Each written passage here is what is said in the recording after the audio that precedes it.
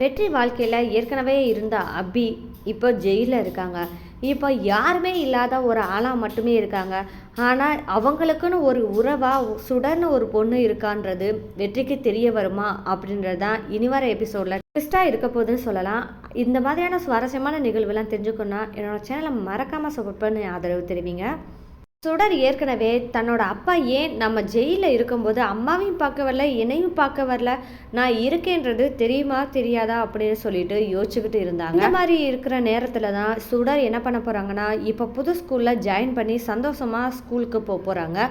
அந்த தருணத்தில் class teacher எல்லாரையும் செல்ஃப் இன்ட்ரடக்ஷன் கொடுங்க அப்படின்னு சொல்லி கேட்கும்போது தான் அப்போ தன்னை பற்றி சுடர் சொல்லும்போது, உனக்கு அப்பா இல்லையா அப்படின்னு சொல்லிட்டு கிளாஸ் டீச்சர் கேட்கவும் அந்த தருணத்தில் தியா எல்லா உண்மையும் உடச்சிட போகிறாங்க. இந்த இடத்துல அவமானப்பட்ட சுடர் இனி அடுத்ததான் என்ன பண்ண போகிறாங்க அப்படின்னு சொல்லிட்டு பார்க்கலாம். சுடரோட மாமா சண்முகம் ஜெயிலில் போய் தன்னோட தங்கச்சியை பார்க்கணும்னு சொல்லிட்டு ஏற்கனவே பர்மிஷன் கேட்டிருக்காரு. இனி வர எபிசோடில் இப்போ சுடரும் சண்முகமும் அபிநயாவை பார்க்க போகிறாங்க ஜெயிலுக்கு. அப்போ தான் சண்முகம் அபிகிட்ட பேசுகிறாரு. ஏன் அபி, என்ன பண்ண? இப்போ இவ்வளோ தூரம் இவ்வளோ பெரிய தண்டனை அனுபவிச்சுட்டு இருக்கிற அளவுக்கு இருக்கையே, என்ன ஆச்சு? உன்னோட வாழ்க்கையில் என்ன நடந்துச்சு அப்படின்னு சொல்லிட்டு கேட்க போகிறாரு.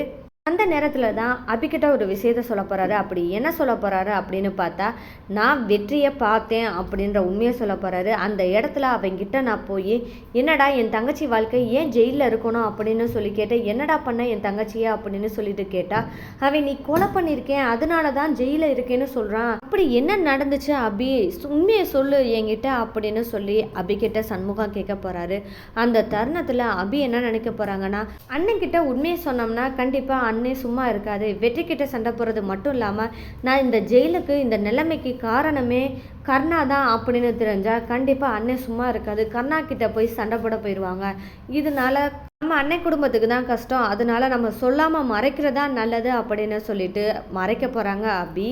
அப்போ தான் சண்முகம், என்ன அபி நான் கேட்டுக்கிட்டே இருக்கேன், அமைதியாகவே இருக்கீங்க, பதில் சொல்லு அப்படின்னு சொல்லி சண்முகம் கேட்க, அபி என்ன சொல்ல போகிறாங்கன்னா, என் வாழ்க்கையில் நான் தப்பான முடிவு எடுத்துட்டேனே, இதுக்கு மேலே என்கிட்ட எதுவுமே கேட்காத, ஏன்னா அப்படி தெரிஞ்சுக்கிட்டேன்னா கண்டிப்பாக உன்னையும் கஷ்டப்படுவ, உன்னால் நம்ம குடும்பம் எல்லாருமே கஷ்டப்படுவாங்க, வேணான்னே அப்படின்னு சொல்லிட்டு அப்படி சொல்ல போகிறாங்க.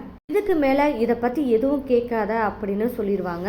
இந்த மாதிரி அபி சண்முகத்திட்ட சொன்னதுமே சண்முகம், சரிம்மா உனக்கு என்னைக்கு தோணுதோ அன்னைக்கு எனக்கு பதில் சொல்லு அப்படின்னு சொல்லிட்டு இருந்துட போகிறாரு. சண்முகம் போனதுக்கு அப்புறம் அடுத்ததாக சுடர் தன்னோட அம்மா கிட்ட ஒரு கேள்வியை கேட்க போகிறாங்க.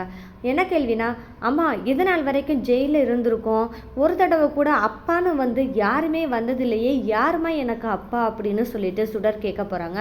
அதுவும் இல்லாமல் இன்னைக்கு நான் ஸ்கூலில் நாள் சந்தோஷமாக போயிருக்க சமயத்தில் இப்படி ஒரு கேள்வியை கேட்டு எனக்கு ரொம்பவே அவமானமாக போயிடுச்சுமா அப்படின்னு சொல்லிட்டு தன்னோட அவமானத்தை அம்மா கிட்ட சொல்லி ரொம்பவே அழுதுகிட்டு இருக்க போகிறாங்க சுடர்.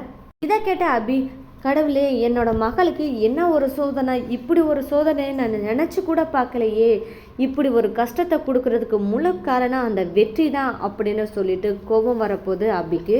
இது ஒரு பக்கம் நடக்க, இனி அடுத்ததாக இன்னொரு பக்கம் சுடருக்கு ஒரு பிரச்சனை தொடர்ந்து வரப்போகுது. அது எப்படி வரப்போகுதுன்னா, கர்ணாவை ஏற்கனவே ஒரு பிளாக்மெயிலரான மாணிக்கம் மிரட்டிக்கிட்டே இருக்கான். இன்றைக்கி என்ன மிரட்டினான்னா, எனக்கு 2 கோடி கேட்ட இடத்துல 5 கோடி வேணும்னு சொல்லி கேட்டுட்டான். இந்த இடத்துல இதை கேட்டதுமே 5 கோடியா அப்படின்னு சொல்லிட்டு கர்ணா, சரி நான் வரேன், எங்கே கொண்டு வரணும் அப்படின்னு சொல்லி கேட்டுட்ருக்க சமயத்தில் தான் ஒரு செக்கில் கொண்டு வந்து கொடுக்கறதுக்கு ரெடி ஆகிடுறாரு கர்ணா.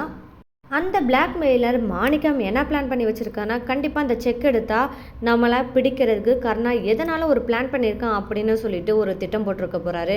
அது எந்த மாதிரினா, பிளாக்மெயிலர் முகமூடி போட்டுட்டு வரப்போகிறாரு. வந்து அந்த செக்கை எடுத்ததுமே கர்ணாவோட ஆட்கள் பின்தொடர்ந்து அவனை விரட்ட ஆரம்பிச்சிருவாங்க. அந்த தருணத்தில் நம்ம முகத்தை பார்க்கல, ஆனால் நம்மளோட முகமூடியை மட்டும்தானே பார்த்துருக்காங்க. அப்போ இந்த செக்கை நம்ம பத்திரமா ஒரு இடத்துல வைக்கணும்னா அதுக்கு ஏதாவது ஒரு வழி கிடைக்கணும் அப்படின்னு சொல்லிட்டு யோசிக்கிறாரு அந்த மாணிக்கம். இந்த மாதிரி யோசிச்சுக்கிட்டு இருக்கிற நேரத்தில் தான் சண்முகம் என்ன பண்ணுறாருன்னா, ஸ்கூல் விட்டு சுடர் அப்புறம் தருண் தியா இவங்க 3 பேர்த்தையும் கூப்பிட்டு போகணும் வீட்டுக்கு அப்படின்றதுக்காக வீட்டுக்கு கூப்பிட்டு போகிறதுக்கு தயாராகிறாங்க. சண்முகம் குழந்தைகளை ஸ்கூல்லேருந்து வெளியே கூட்டிகிட்டு போகிற சமயத்தில் தான் அப்போது சுடர், இது என்னமாமா எனக்கு இது வாங்கி கொடுங்க அப்படின்னு சொல்லிட்டு ஒரு கடையில் கை நீட்டுறாங்க. அந்த சமயத்தில் 3 பேருமே சேர்ந்து சண்முகத்தோட அந்த கடைக்கு போகிறாங்க. அப்போ தான் பேக்கெல்லாம் ஒரு கார் மேலே வச்சுக்கிட்டு எல்லாரும் ஜாலியாக பேசிக்கிட்டு அந்த கடையில் நின்றுக்கிட்டு இருக்காங்க. ஆனால் இந்த தருணத்தில் கர்ணாவோட ஆட்கள் ஃபாலோ பண்ணிட்டு வர மாணிக்கம் முகமூடி அணிஞ்சிட்டு வந்த சமயத்தில் இந்த செக் வைக்கணும் அப்படின்றதுக்காக ஒரு இடத்த தேடிட்டு இருக்க சமயத்தில் தான் அந்த பேக்கை பார்த்து இந்த பேக்குக்குள்ளே அந்த செக்கை வச்சுறாரு. இந்த செக்கை வச்சதுமே இது யார் என்ன அப்படின்னு பார்க்குறதுக்காக அந்த முகமூடி எல்லாத்தையும் கலட்டி போட்டுட்டு கர்ணாவோட ஆட்களுக்கு வெறும் முகமூடி போட்டு வந்த ஆளை மட்டும்தான் தெரியும், நம்மளுக்கு தெரியாதே அப்படின்னு சொல்லிட்டு ஒளிஞ்சிருந்துட்டு இந்த பேக்கை யார் எடுத்துகிட்டு போகிறா அப்படின்னு சொல்லிட்டு கண்காணிச்சுட்டு இருக்க போகிறாரு. அப்போதான் சண்முகம் பின்னாடியே பின்தொடர்ந்து போக போகிறாரு அந்த மாணிக்கம். பின்தொடர்ந்து போகிற இடத்துல தான் மாணிக்கம் கரெக்டாக அந்த வீடு, அதாவது சண்முகம் வீடை கண்டுபிடிச்சிட போகிறாரு. இனி இனி சுடர் கையில் அந்த செக்லிஸ்ட் மாட்டுச்சுன்னா கண்டிப்பாக சண்முகம் என்ன செய்ய போகிறான்னா, இது கர்ணான்ற கையெழுத்து இருக்கே, அப்போ ஒரு வழியாக அது கர்ணாவோட செக்காக தான் இருக்கும் அப்படின்னு சொல்லிட்டு இனி வர எபிசோடில் சண்முகம் அந்த செக்கை கொண்டு போய் கொடுக்க போகிறாரு. இனி சண்முகம் அந்த செக்கை கர்ணாட்ட கொடுத்தா கர்ணாவோட நினைப்பு என்னவா இருக்கும் அப்படின்னு சொல்லிட்டு யோசிச்சு பாருங்க. அப்போ அந்த பிளாக்மெயிலர் இந்த சண்முகம் தான் அப்படின்னு சொல்லிட்டு கர்ணா முடிவு பண்ண போகிறாரு.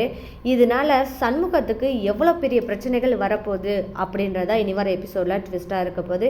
இந்த மாதிரியான சுவாரஸ்யமான நிகழ்வுகளாக நீங்கள் தெரிஞ்சுக்கணுன்னா மறக்காமல் என்னோடய சேனலை சப்போர்ட் பண்ணி ஆதரவு தெரிவிங்க. மீண்டும் சந்திப்போம்.